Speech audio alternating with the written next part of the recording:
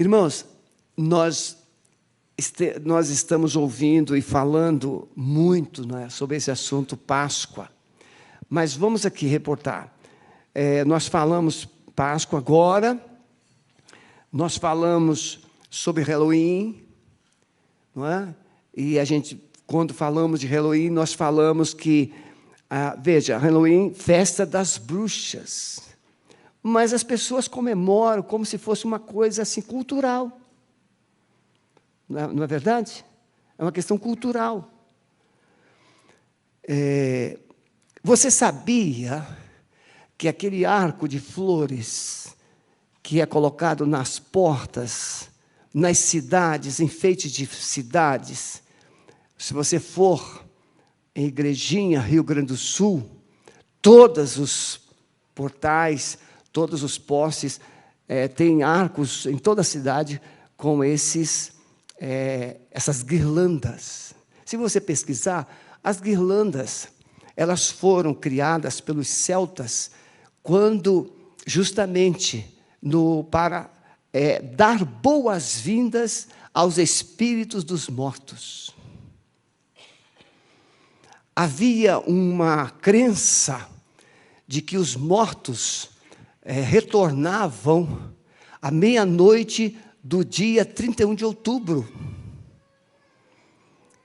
E muitas vezes esses mortos vinham para se vingar dos vivos, porque os vivos haviam feito maldades com eles, alguns assassinados, alguns rejeitados.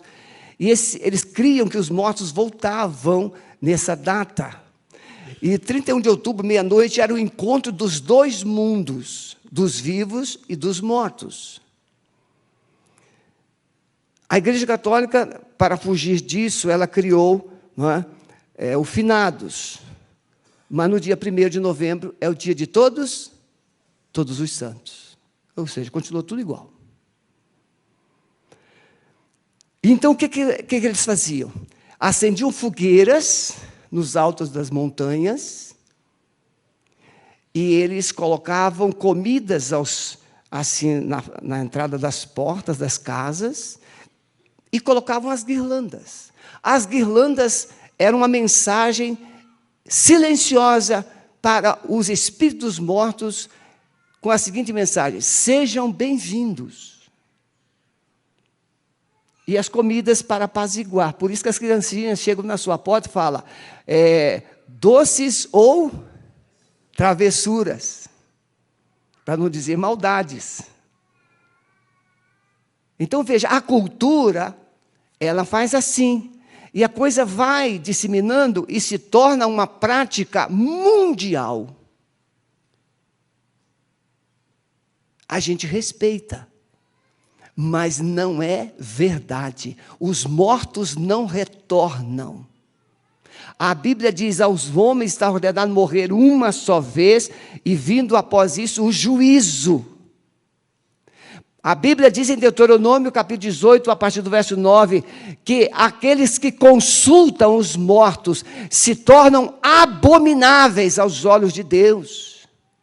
Mas é uma prática, entre aspas, religiosa.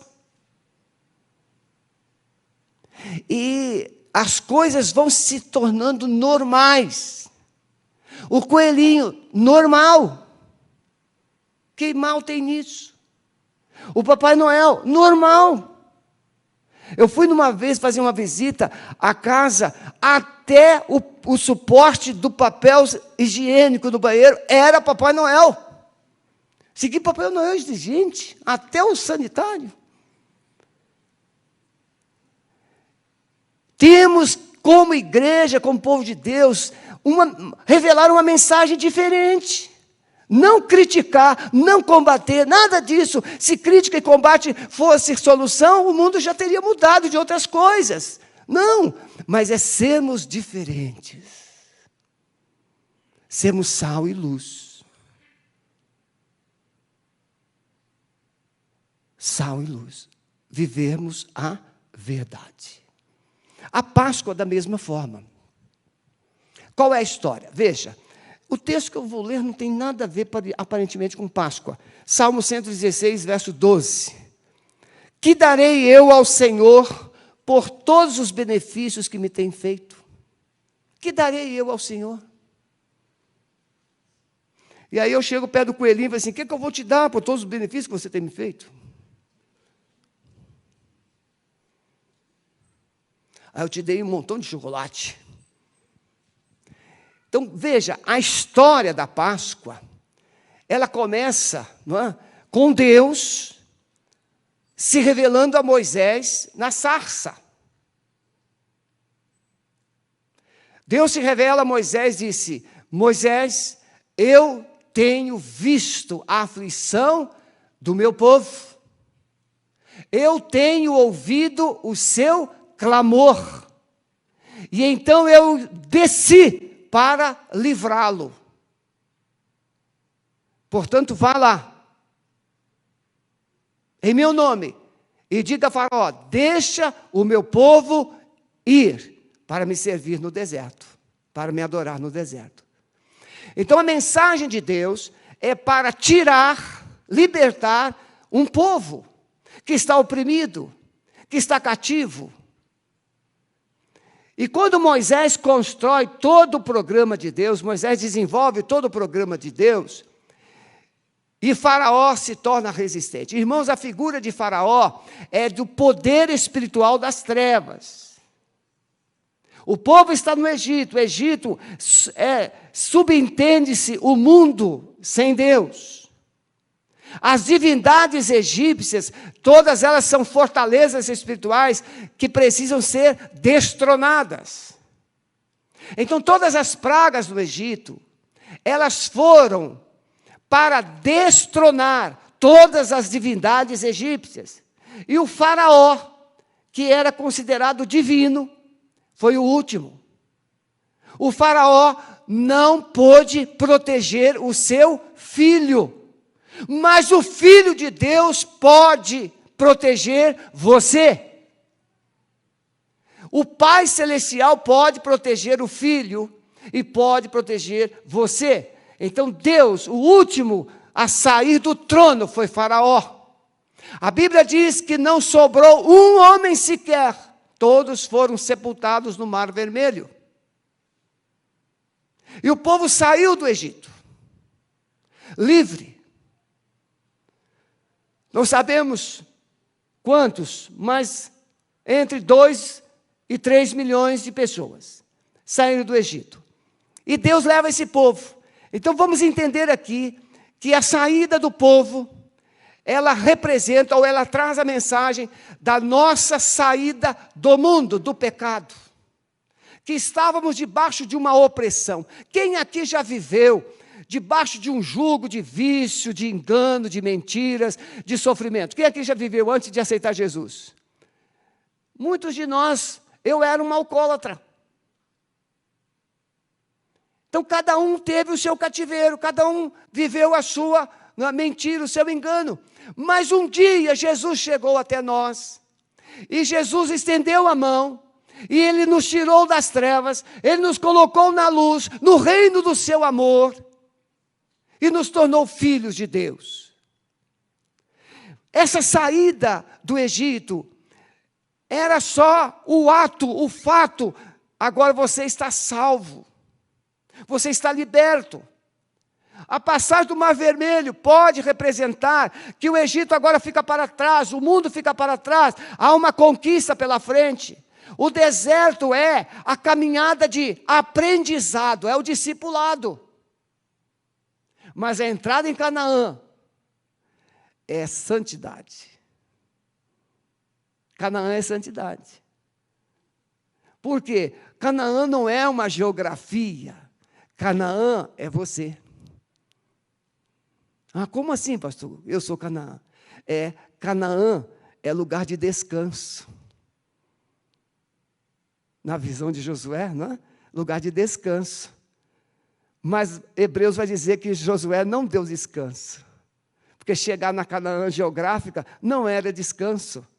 Mas chegar na Canaã celestial é descanso. E a Canaã celestial é aqui. Nós somos a nova Jerusalém, que desce do céu, que vai subir para o céu, adereçada para o grande casamento com o Cordeiro de Deus.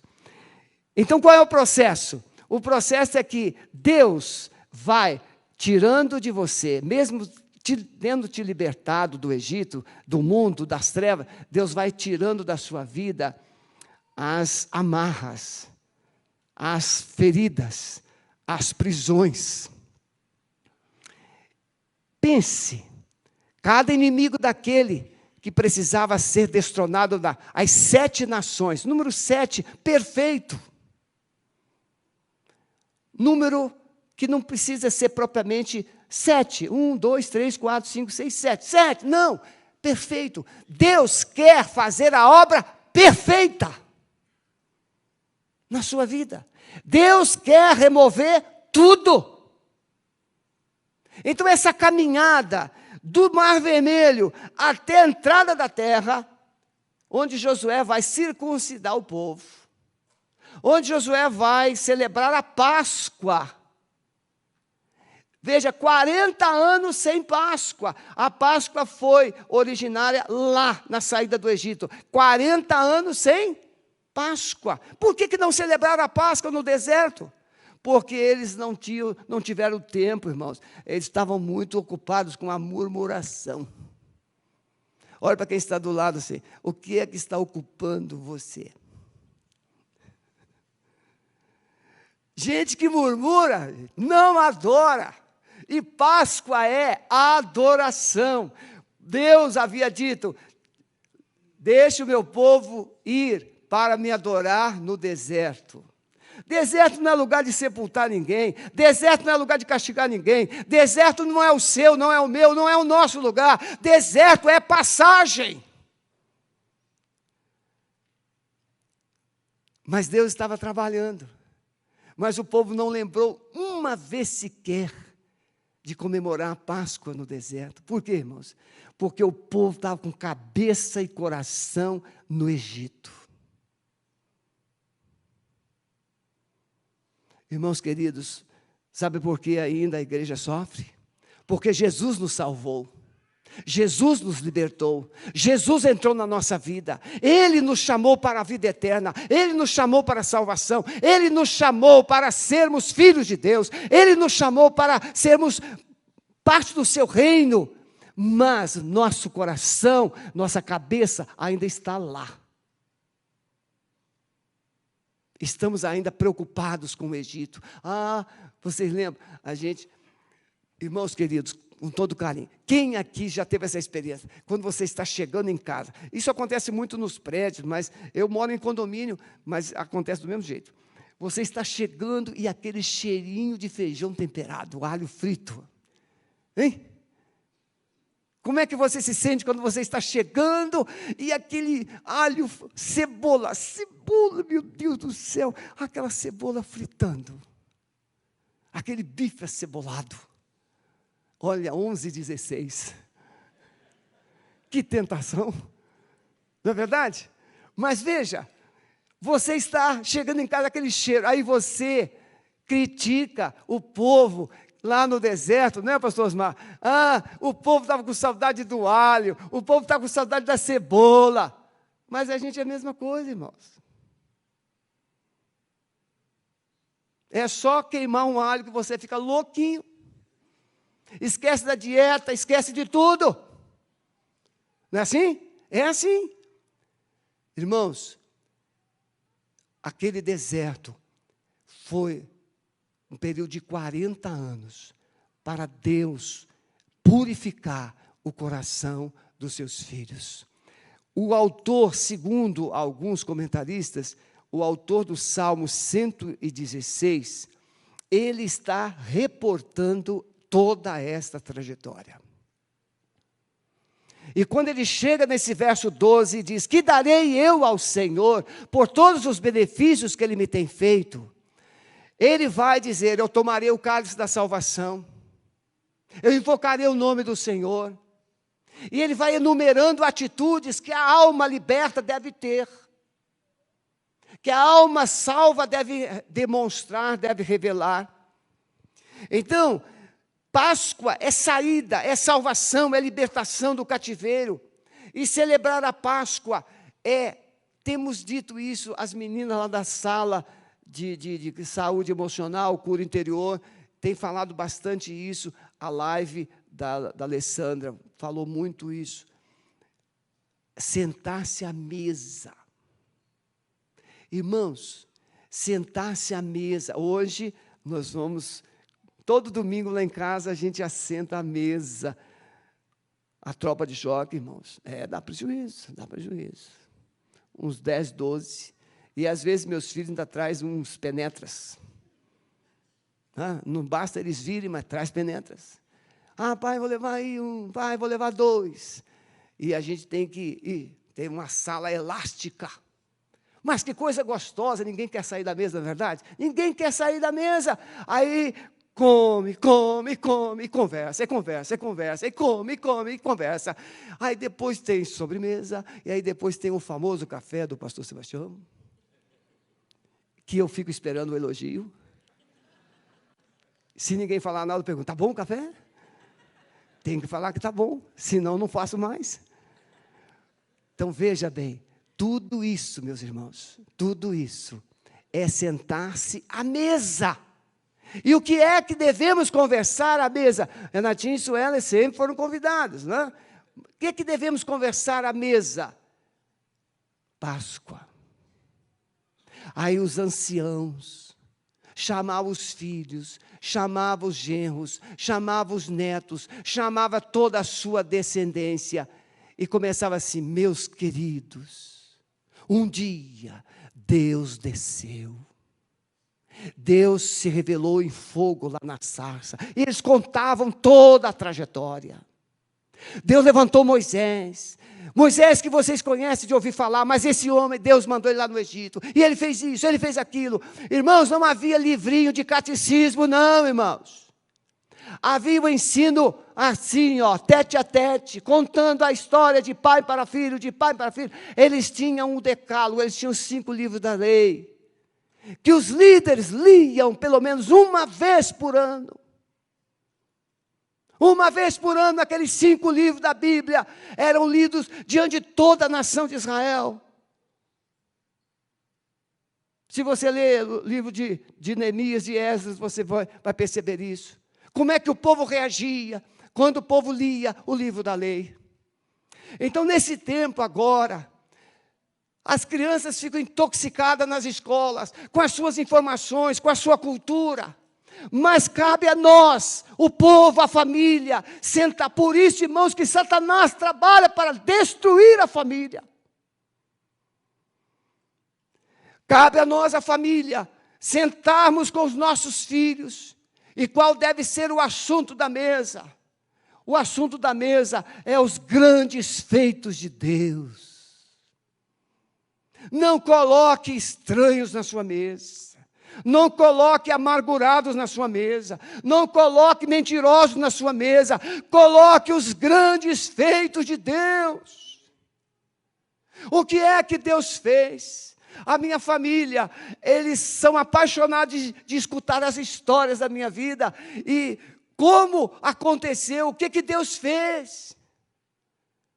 Eu ensinei meus filhos a dormir contando histórias. E qual a história? A história dos grandes feitos de Deus. Não tem problema ter Homem-Aranha, não tem problema ter Superman, não tem problema ter Homem de Ferro, mas precisa ter o Super Jesus. Precisa ter o Super Jesus, o homem que é sobre todo homem, o Filho de Deus. Essa salvação nos impulsiona a uma vida de santidade. Deus nos chamou para a santidade. E santidade não é ser esquisitão, não é verdade? Não é ser esquisitão. Gente esquizofrênica não vai transmitir santidade de jeito nenhum. Eu já contei uma vez, mas eu acho que vou contar de novo. Eu e Sueli estávamos, não sei se recém-casados, estávamos pertinho do casamento, e a gente andava sempre como hoje. A gente sempre de braço dado, de mãos dadas. E aí fomos no aniversário da minha irmã, essa que está na casa de repouso agora. E aí, estava no ponto de ônibus, aí tinha uma irmãzinha lá. A gente percebeu que ela era cristã pelo traje. Veja, o traje. O desastre do traje. E aí a irmãzinha olhou para a gente e falou assim, pois é, Jesus ele vai voltar. Eu disse, amém, glória a Deus, ele vai voltar mesmo. Imagine, e tem gente que não está pronto, porque tem gente que dorme de sunga. Irmãos, eu e Sueli ficamos quietos, não falamos nada. Falamos nada. Respeitamos. Mas deu vontade de eu perguntar, minha querida, e se Jesus voltar quando você estiver tomando banho? Você vai lá para baixo. Irmãos queridos, um pastor, um professor meu na faculdade, ele disse que um rapaz casou com a filha de um pastor. E com 1 ano ele foi excluído da igreja por adultério. E o rapaz era de uma igreja muito rígida, foi colocado na frente, esculhambado, excluído da igreja, desligado. E ele falou assim, mas ninguém vai me ouvir, não? Pergunte a ela por que eu a traí. 1 ano. E ela não se permitiu sexo, porque era sujo. Outro caso desse mesmo pastor, o rapaz fez um buraco no lençol para fazer sexo com a esposa, para os corpos não se tocarem, porque era pecado. Irmãos, essas esquisitices não são santidade. Santidade está na mente. E se você tem uma mente santa, você vê o imundo sendo transformado, você vê o perdido sendo salvo, você vê o torto sendo endireitado, você vê o cego enxergando. É assim que acontece, irmãos. O puro vê tudo puro. Se os teus olhos forem bons, todo o teu corpo terá luz. Mas se os teus olhos forem maus, quão grandes trevas sois. Os nossos olhos são reflexos do coração. Quando você vê, provocar as mulheres, né? A mulher que vê uma outra, pense uma mulher assim, né? Poderosa. O que é uma mulher poderosa? É uma mulher poderosa. Está arrebentando. A roupa, cabelo. Quando ela passa aquele perfume. Aí, a outra, que é mal resolvida, a outra, que é ferida, e ela vai assim, olha que coisa horrorosa. Metida. Mas não, é porque ela quer ser o que a poderosa é e não consegue. Por quê? Porque a ferida não deixa, porque a mágoa não deixa, porque a inveja não deixa. Agora, a mulher saudável é diferente. A mulher saudável olha para a outra e fala assim, puxa vida, que exemplo. Vou ver se eu posso pegar algumas dicas. Veja, ela não tem inveja, ela não tem depreciação. Por quê? Porque ela admira o bom. Por isso que toda vez que eu me olho no espelho, eu fico elogiando. Me aprendi a valorizar o bom. Quando eu olho no espelho, você é bom, camarada, você é bom, bonito, atraente, sarado.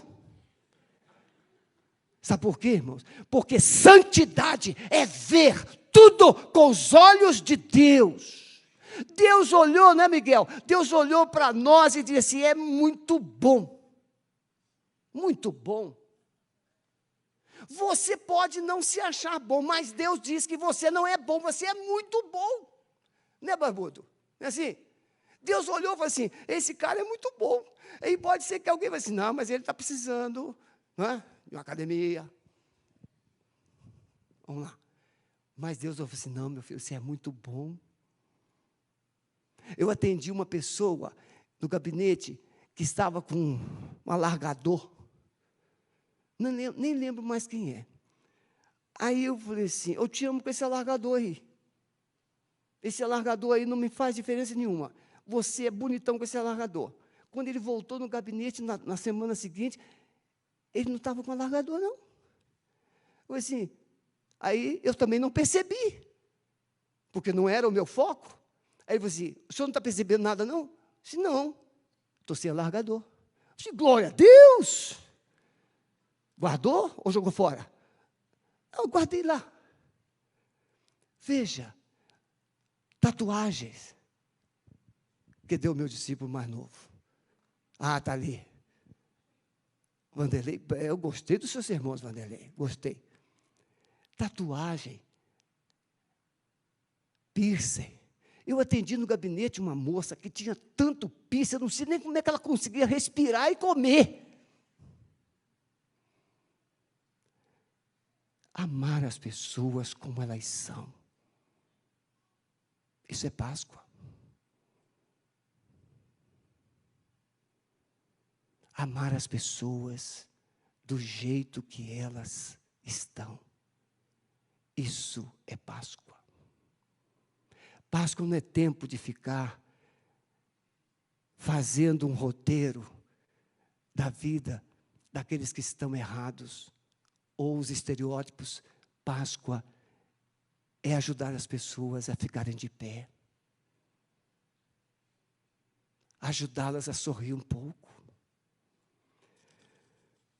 Irmãos queridos, eu gosto, às vezes, de vez em quando, um sermão no papel, porque eu rabisco tudo, escrevo tudo de novo, a inspiração anterior foi fraca, aí vem uma inspiração posterior, e a gente vai melhorando. Eu quero dizer, rapidamente aqui, 3 verdades. Primeiro, precisamos considerar os atos poderosos de Deus em nosso favor. Por favor, você vai começar a reciclar, refletir sobre tudo que Deus já fez na sua vida. Né, Fúvio? Por exemplo, pegue um papel, um caderno e comece assim, o que é que Deus fez de forma extraordinária na minha vida? Se eu conseguir chegar no final, você vai entender.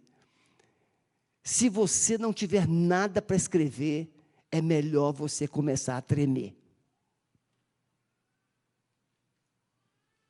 Porque Jesus disse assim para os seus discípulos, vós sereis minhas testemunhas. E testemunha de quê? Dos atos poderosos de Deus. Testemunha aquele que diz a verdade a respeito de algo ou de alguém.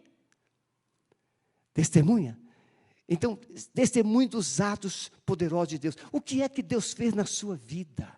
O que é que Deus fez na sua família? O que é que Deus fez na sua história? De onde Deus te tirou? Quais foram os processos de Deus na sua vida? Em segundo lugar, considerar a grande salvação. Em cima desses atos poderosos de Deus, uma obra poderosa foi realizada, foi desenvolvida, uma salvação poderosa foi feita. Irmãos, eu fico pensando, para Deus me salvar, teve que haver um reboliço no céu. Sabe por quê, irmãos? Porque eu morava sozinho. Eu bebia até o bar fechar. Eu chegava na minha casa, eu já colocava um copo de Campari com gelo. E eu colocava o rock and roll. E, pastor, então o senhor era dançarino assim, igual o Daniel? Não! Mas eu gostava do Benito de Paula, eu gostava do samba, eu gostava do Elvis Presley, eu gostava desse negócio todo. Eu colocava a Rádio Vitrola, está lembrando da Rádio Vitrola? A Rádio Vitrola, eu tinha uma Rádio Vitrola poderosa, e eu abria as janelas para todos os vizinhos ouvir. Eu pensava que eu estava abafando, eu era assim. Eu cedia minha casa para os afrodescendentes fazer festas. Irmãos, todos gostavam de mim. Um dia eu cheguei em casa, era mais ou menos meia-noite e meia, mas tinha tanto afrodescendente na minha casa. Aquelas caixas de som desse tamanho assim, e aquela música. Eu falei assim, meu Deus, quem é esse pessoal? Eu dei a chave da minha casa para aquela turma toda, e aquela festa. E os vizinhos todos me adoravam. Agora, tente imaginar Com 20 anos eu tive um infarto, quase morri. Foram me visitar no hospital, gostei dos camaradas, falei assim, vou lá na igreja de vocês, mas aí eu fui curado, esqueci deles, esqueci de Deus, mas Deus não se esqueceu de mim, porque 2 anos depois, eu passava às 5 da manhã, em frente àquela rua da igreja, daqueles irmãos, e o Espírito Santo, stop, não. Parou. Você prometeu ir no culto. E não foi. 5 da manhã de domingo. E aí eu fui. Sabe perto de quem eu fui me sentar? Perto da mãe da Sueli, minha futura sogra. Olha que Deus maravilhoso. O Espírito Santo, muito inteligente, me mostrou a Sueli no grupo jovem. E o Espírito Santo foi me ajudando a ver coisas boas na igreja. E quando o pastor fez o apelo, eu fui o único a me converter naquela noite. Aí saiu da igreja. Lembra? Eu falei bebida, eu falei da Rádio Vitrola, falei dos Benil de Paula, falei do rock and roll, do Elvis Presley. Eu gostava desses caras todos. Eu tinha lá o Campari, a cerveja, eu tinha as bebidas, cachaça São Francisco, que era mais... É mais moda do que... Toda cachaça é ruim, irmãos. É álcool, é álcool. Aí, eu vou para a minha sala toda decorada com fotografias femininas. Pastor, não, eu era o Sebastião velho. Aí eu cheguei, irmãos, veja que no primeiro dia, aí eu estou voltando da igreja, a minha mente está trabalhando, o Espírito Santo está trabalhando, aí eu chego em casa, o que vem na minha mente? Tire essa sujeira das paredes. E eu retirei aquelas fotografias todas, enrolei aquilo, joguei fora. Limpa essa geladeira, tirei todas as bebidas da geladeira, joguei fora, não dei para ninguém, joguei fora. E aí eu não sabia que crente também tinha disco, CD, essas coisas todas, porque era LP, era LP. Eu peguei aquele troço, eu dei a Rádio Vitrola. Eu sabia lá que crente também tinha disco, LP, essas coisas todas. Não sabia. Eu dei tudo, irmãos. Até a televisão eu dei. Irmãos, se eu tivesse me convertido numa Assembleia de Deus, seria um desastre.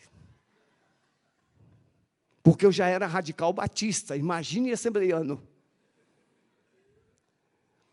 E aí, irmãos, eu quero te dizer que quem passa pela Páscoa não precisa de pastor, líderes ficar em cima.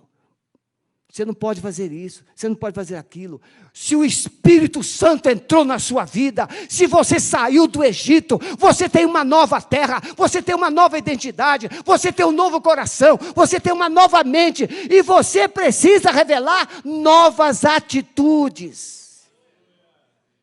Novas atitudes. Crente que dá trabalho, precisa passar pelo deserto 40 anos. Senhor Jesus, eu te retiro essa palavra. Mas veja, por que é que aquele povo ficou no deserto 40 anos andando em círculo? Tente imaginar, irmãos, tente imaginar, não fique tonto, não fique tonto, não fique tonto, não fique tonto, não fique. Tente imaginar, 40 anos.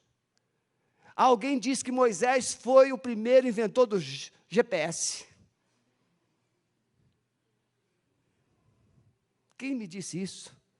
Não sei, mas alguém disse isso. Por quê? Porque Moisés tinha que saber o caminho. Que nada, foi Deus que inventou o GPS, porque tinha uma nuvem de fogo em cima de noite, tinha uma nuvem e durante o dia para guiar o povo. O inventor do GPS foi Deus, para guiar o povo no caminho. Agora, se você não tem experiência com Deus, sua cabeça está no Egito, seu corpo está no Egito, seu estômago está no Egito, suas mentes estão no Egito. Não, irmãos, tem que viver uma nova vida. Então, Páscoa é considerar a grande salvação de Deus. Filipenses diz que Jesus se fez carne, ele se humilhou, Ele se fez como homem, diz Paulo, de sorte que haja em vós o mesmo sentimento que houve também em Cristo Jesus, que sendo em forma de Deus, não teve por usurpação ser igual a Deus, mas aniquilou-se, esvaziou-se. Irmãos, Jesus se despiu de toda a majestade. Isaías diz que olhando nós para ele, nenhuma beleza víamos.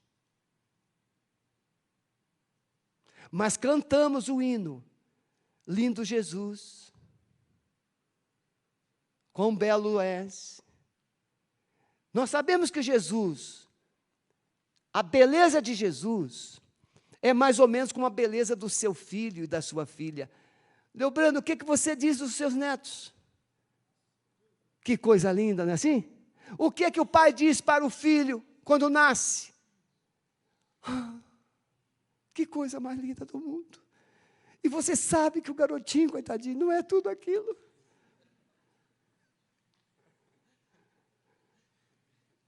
Mas aos olhos do pai, não é, meu irmão? Você que está segurando o seu filho no colo, é a coisa mais linda do mundo.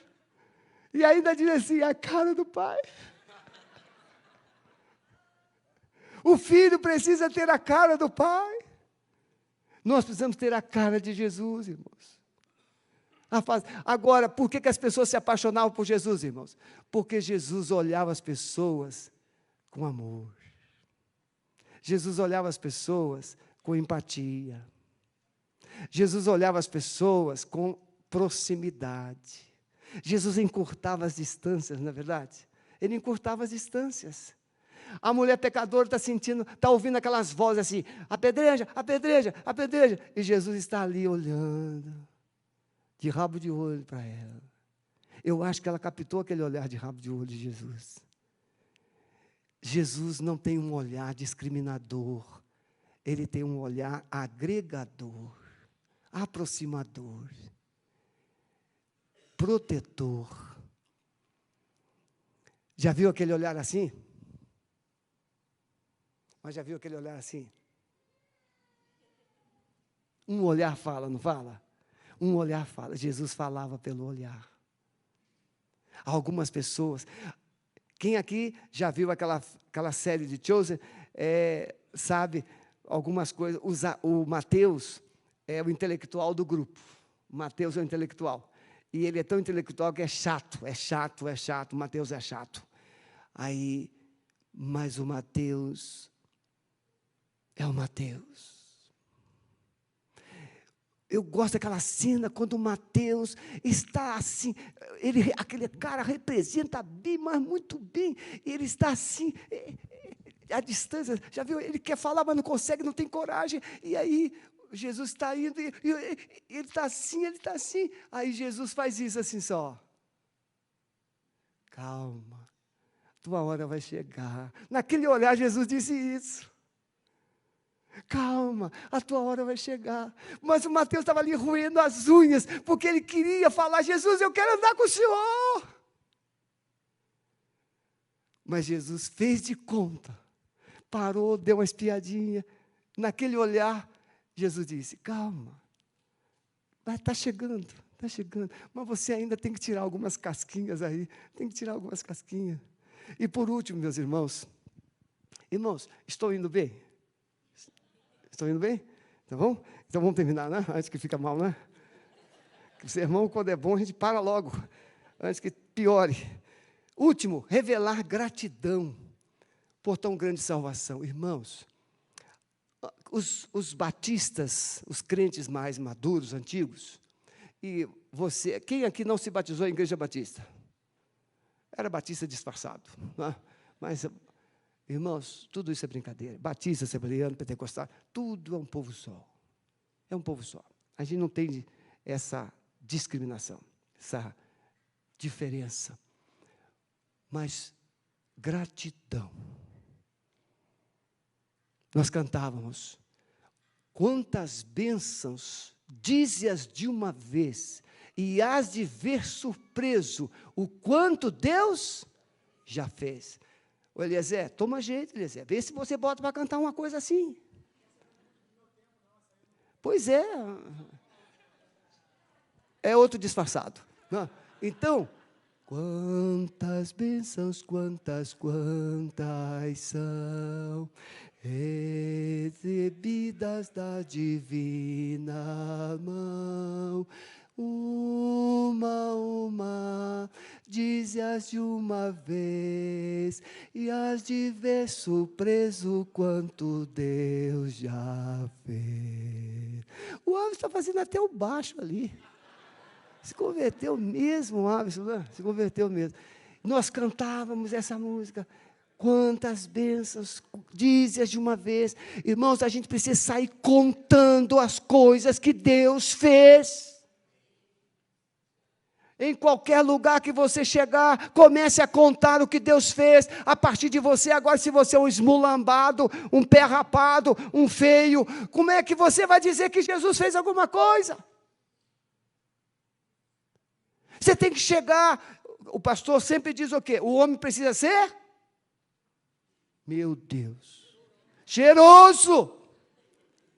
Aí você chega num lugar fedido. Como é que você vai falar que Cristo, você é o bom aroma de Cristo? Como é que vai falar, Edson? Não é verdade?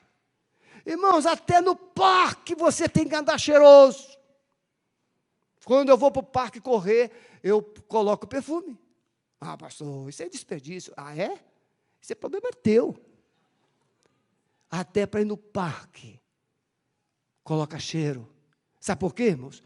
Porque você é um filho de Deus, e em todo lugar você tem que ser cheiroso, você tem que ser arrumado, você tem que estar pronto, todo lugar. E olha, quem aqui gosta de churrasco? Levante a mão. Então você que come churrasco, tem que botar mais perfume, porque o odor de quem come carne é mais fedido. É verdade, pode pesquisar, é gordura pura. Vamos terminar, diz que para não estragar o sermão.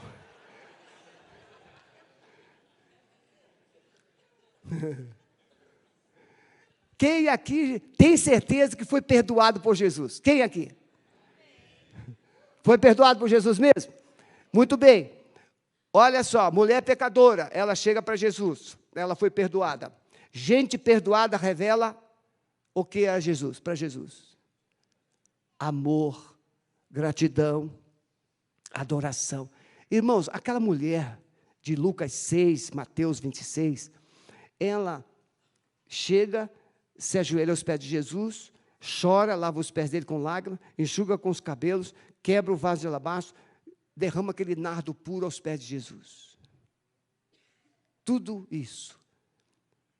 E aquela multidão naquela casa está o quê? Observando. E ela está escutando as murmurações. É uma pecadora. Quem a convidou aqui? Jaqueline, imagine.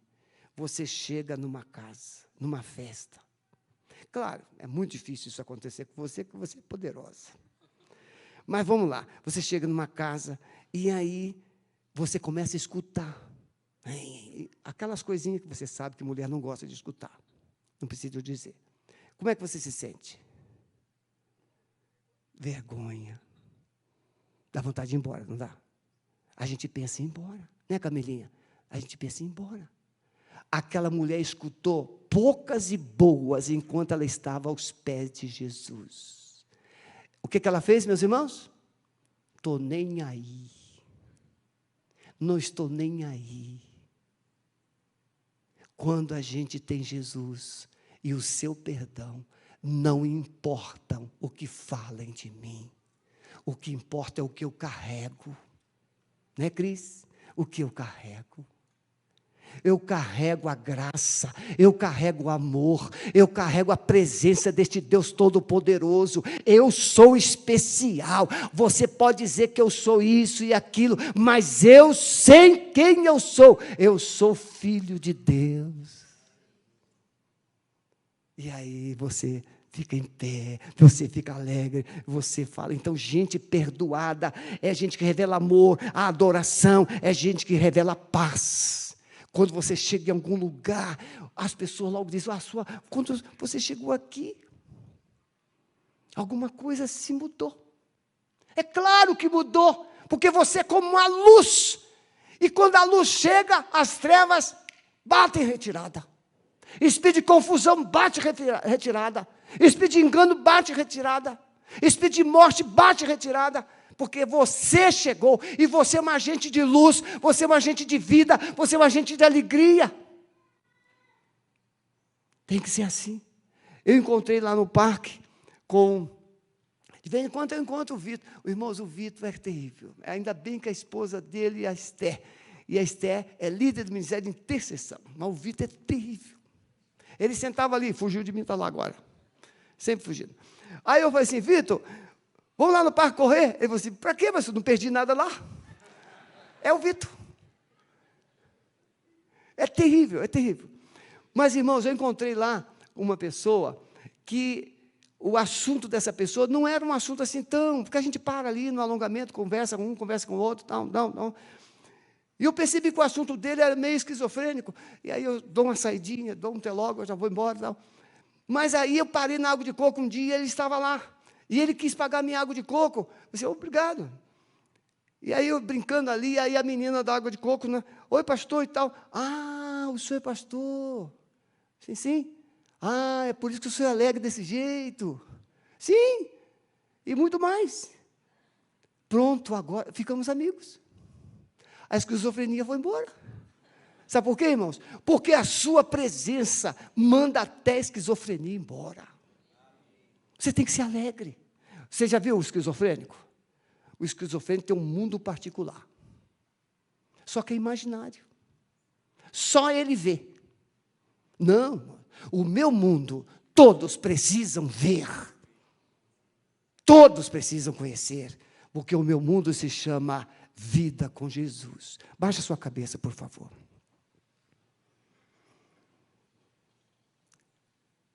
O pessoal da música não precisa vir. Pode ficar. Isso, vou dar um descanso para vocês. Já que não vai tocar a gratidão, fica do banco. Um coração salvo revela a vitória sobre o medo. O salvo não tem medo de honrar e adorar a Deus. Eu quero fazer 3 perguntas. Gratidão pela vida. O que você seria, ou quem você seria, se você não tivesse entregue a sua vida a Jesus? Mas você pode dizer assim, pastor, graças a Deus eu entreguei minha vida a Jesus. Então, quem você é em Cristo? Quem você é em Cristo? Segunda pergunta. Onde você estaria sem Jesus hoje? Onde você estaria se você não tivesse entregue a sua vida a Jesus hoje? Você que está em casa aí, onde você estaria? Mas podemos também, onde estamos em Cristo? Paulo diz que eu estou assentado à direita do Pai, juntamente com Cristo.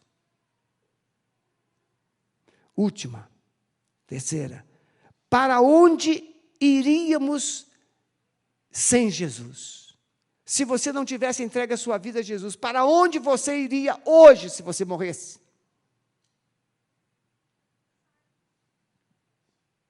Mas você aceitou Jesus.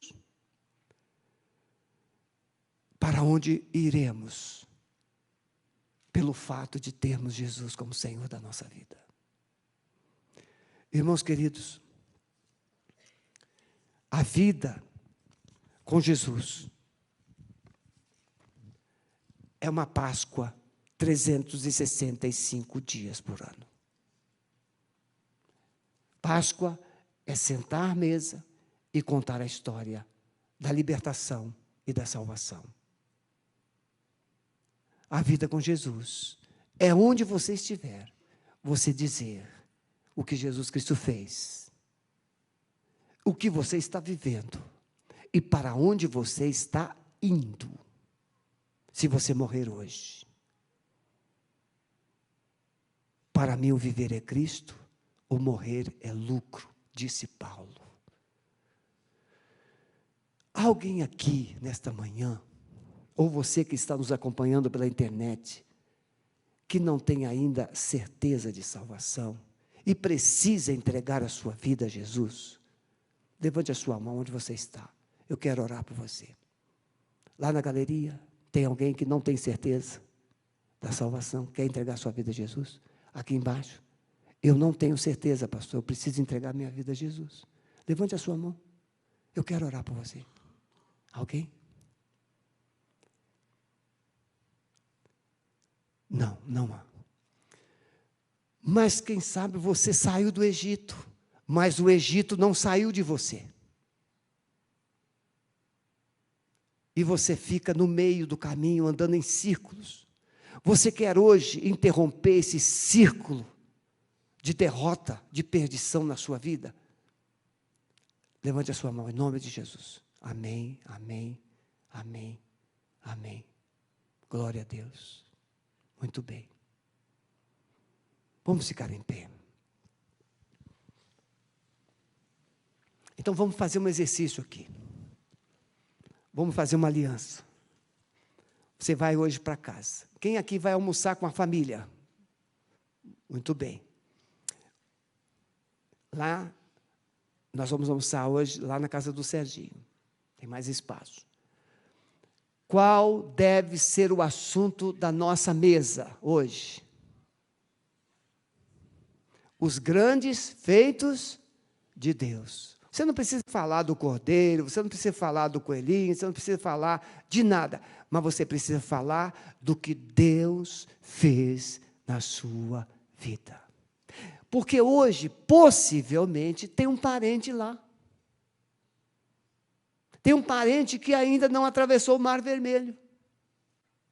Tem um parente lá que ainda não rompeu com o deserto. E aí, se você fica falando de coisas que não tem nada a ver, essa pessoa vai continuar no Egito e essa pessoa vai continuar andando em ciclo no deserto. Mas você precisa falar dos grandes feitos de Deus.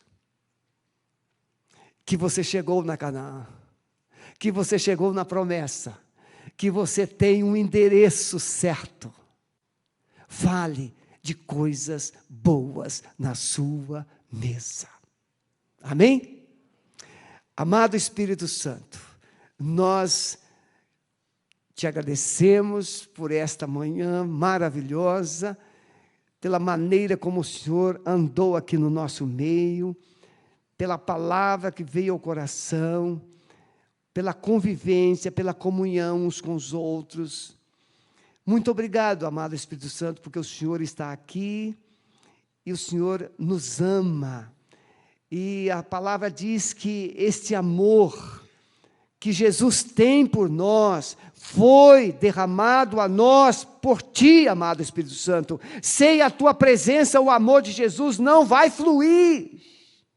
Por isso, sopra, Senhor, sopra nos corações da tua igreja, presente aqui e nos lares, essa presença gloriosa do Senhor, para que o teu amor inunde os lares, o amor do Senhor inunde os lares, e os pais, os filhos, falem das grandezas do Senhor em suas mesas nesta manhã, nesta tarde. Nós os abençoamos. Esses que ergueram suas mãos, de que ainda estão andando em círculo, estão tendo algumas perdas, em nome de Jesus, cesse hoje todas as perdas, haverá uma nova vida, um direcionamento novo para esses corações, a tua luz vai brilhar sobre eles, dando-lhes, ó Deus, a direção certa, para que eles possam romper com todas as amarras e cadeias das suas vidas, é a nossa oração, em nome de Jesus, amém? Muito bem, fica em pé ainda um minutinho, olha para quem está perto de você, se você não está do lado de alguém, se aproxime e diga assim, Feliz Páscoa com Jesus. Ala, Deus te abençoe. Será uma Páscoa inesquecível. Amém? Monique, lá Monique do meu coração. Feliz Páscoa, Monique. Deus abençoe. Vão na paz. Deus abençoe a todos.